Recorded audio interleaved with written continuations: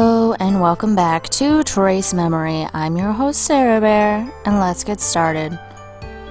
You gotta be kidding me. Hold on a minute. Okay, that was annoying. Alright, so let's go back to where 2369.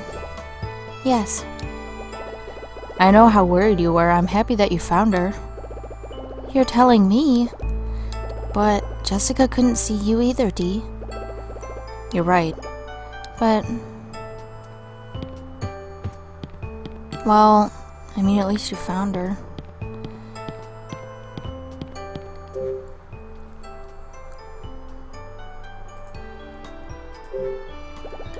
The door is locked. There's a keypad on the door. What's the code to the keypad?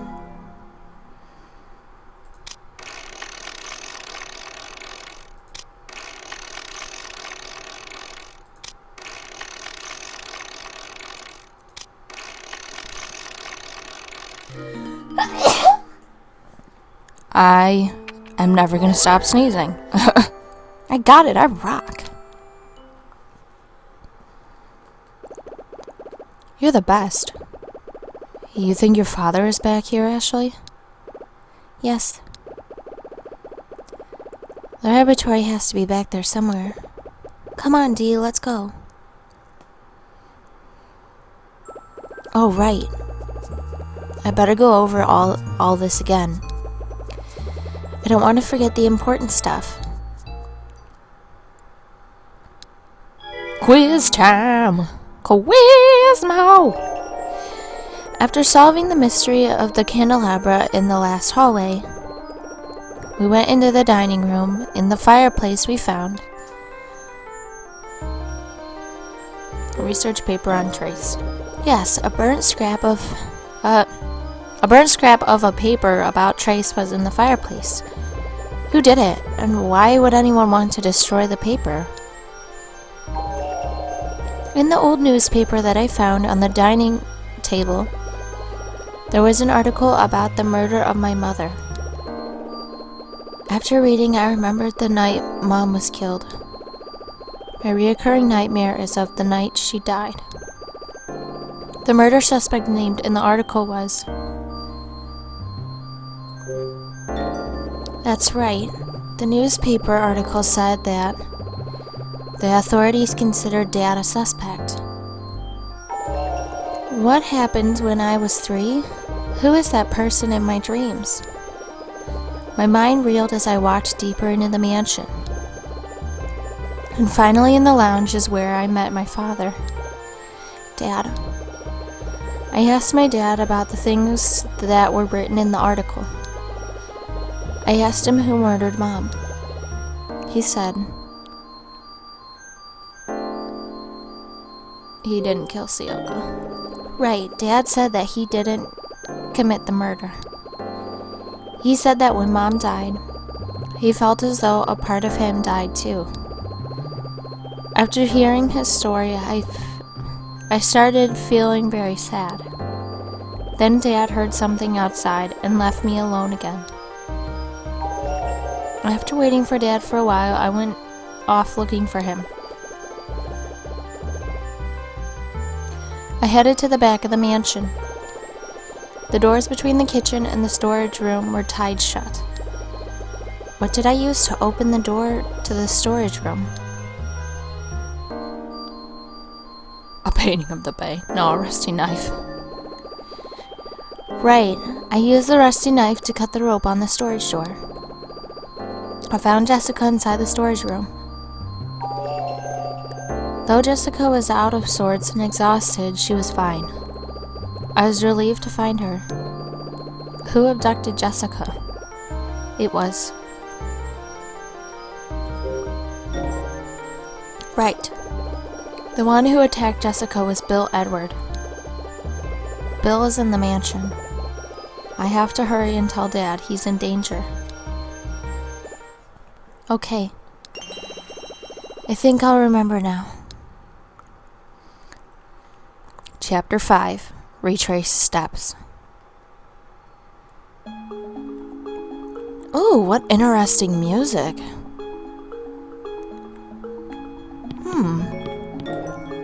Where's Dad? I don't know.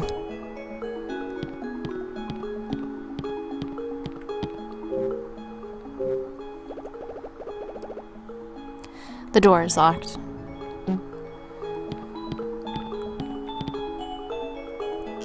Lawrence's room.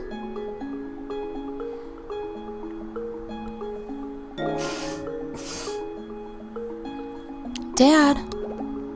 Dad? He's not here, is he?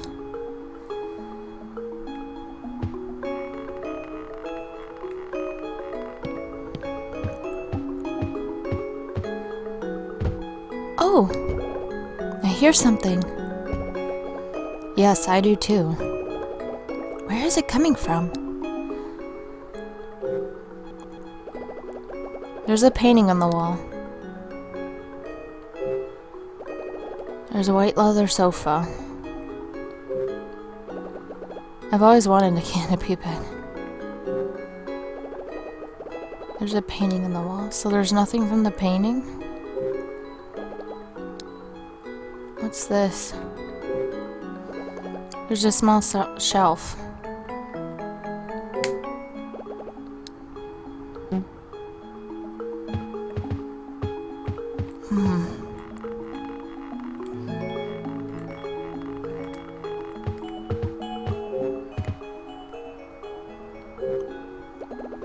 The lamp gives off a red glow.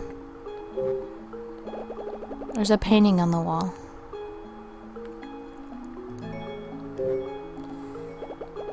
The desk is big and heavy. The drawers are decorated with a gold bird design.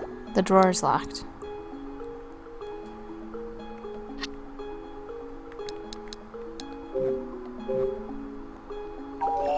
I use the gold bird key. There's something in the drawer. It's an old notebook. The cover of the notebook has Lawrence Edwards' name on it.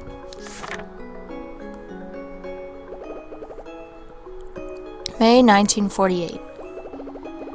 I believe my time has finally come. I must write down my thoughts while I can still hold a pen. Foremost on my mind today is the sunny day 32 years ago. That was the day I first held Henry and Thomas in my arms. It's hard to believe that these two men were once so small. That was also the day I received a letter of reconciliation from my estranged son Leonard, but the letter came too late. I had learned of Leonard's death earlier, and regrets haunted me. The boys were another chance for me to make peace with Leonard. I'll never forget their innocent smiles. They lightened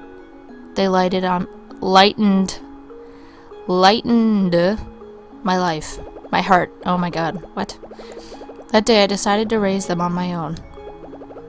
I love them more than anything and wish them happiness. Giving them happy lives became my own life's purpose. They were my birds of happiness. They made my heart free. And as I hoped, they grew up happy and healthy. Like their father, they both chose artistic paths. But I didn't make the same mistake that I made with their father. I set them free to chase their dreams. Henry left to become an artist and Thomas a writer. I hoped for their happiness even though it meant I would be alone. But just when the dreams were coming true, my hopes were shattered by outside forces. The Second World War started and both my boys were sent to fight. The military confiscated all the gold I was saving for them. My birds are meant to create beauty, not to destroy life. I felt powerless. All I could do was hope for the war's quick ending. The safe return of my beloved Henry and Thomas.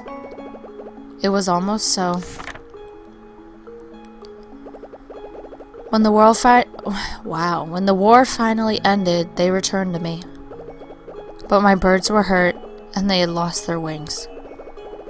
Henry lost his right arm, his painting arm. And Thomas, he lost part of his heart. He couldn't trust anyone. Just like when I first held them when they were small. I held them both in my old arms and sobbed, wishing for a quick recovery for their hearts and their bodies. But now, I wonder if I acted correctly. My heart is filled with regrets and sorrow like when Leonard died. But this time, I don't have those innocent smiles to illuminate the darkness. This must be Lawrence's diary. Great-grandpa.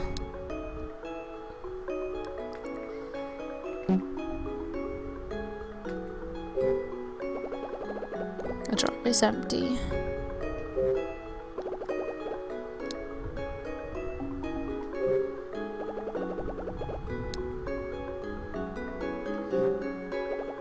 The desk is intricately designed.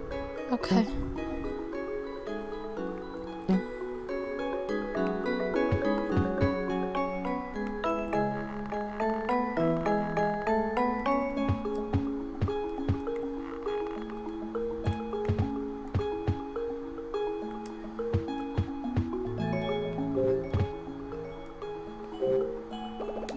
The table is an antique. Over the fireplace is a portrait. On the left side of the old man, there's a man in a white sweater. Who is this? It's... Whoa. Daniel, wait. Daniel? It's... What's wrong, Dee? That man. He is... my father. That man in the white sweater? Yes. Ashley, I remember now. Father brought me into this room. Great-grandpa was sleeping in his bed quietly.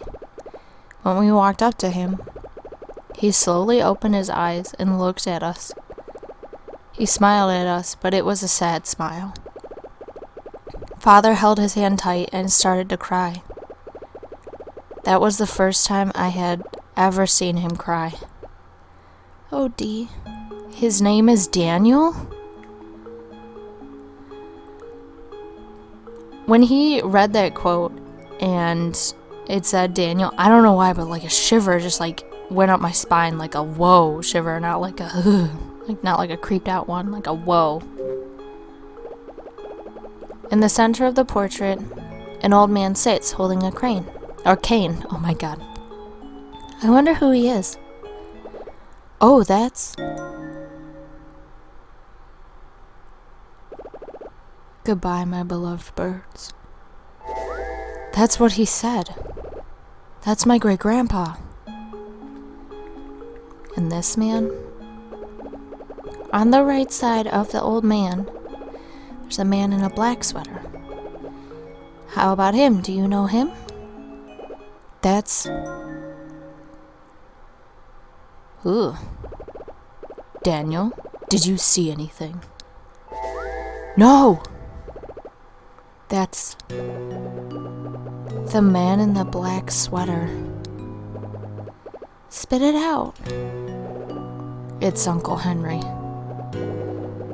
So that's Henry. Yes.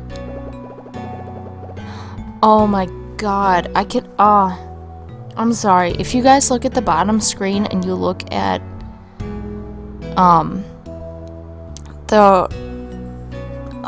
Henry's sweater, especially the right sleeve, he's missing a hand. Remember how they said in the war that he lost his right arm, his drawing arm?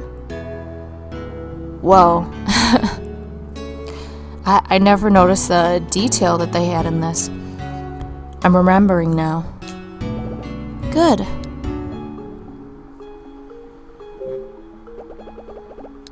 The man in the black sweater is Henry. He is Dee's great-grandfather. The man in the white is Dee's father. Anything in the bookshelf? There's a small card between the books, got a DTS card. Let me check this picture one more time. I'm gonna see if I can take a picture of it. Might be important, I don't know.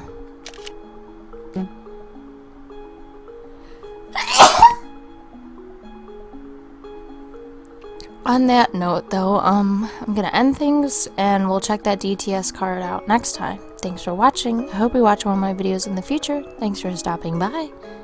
Bye-bye.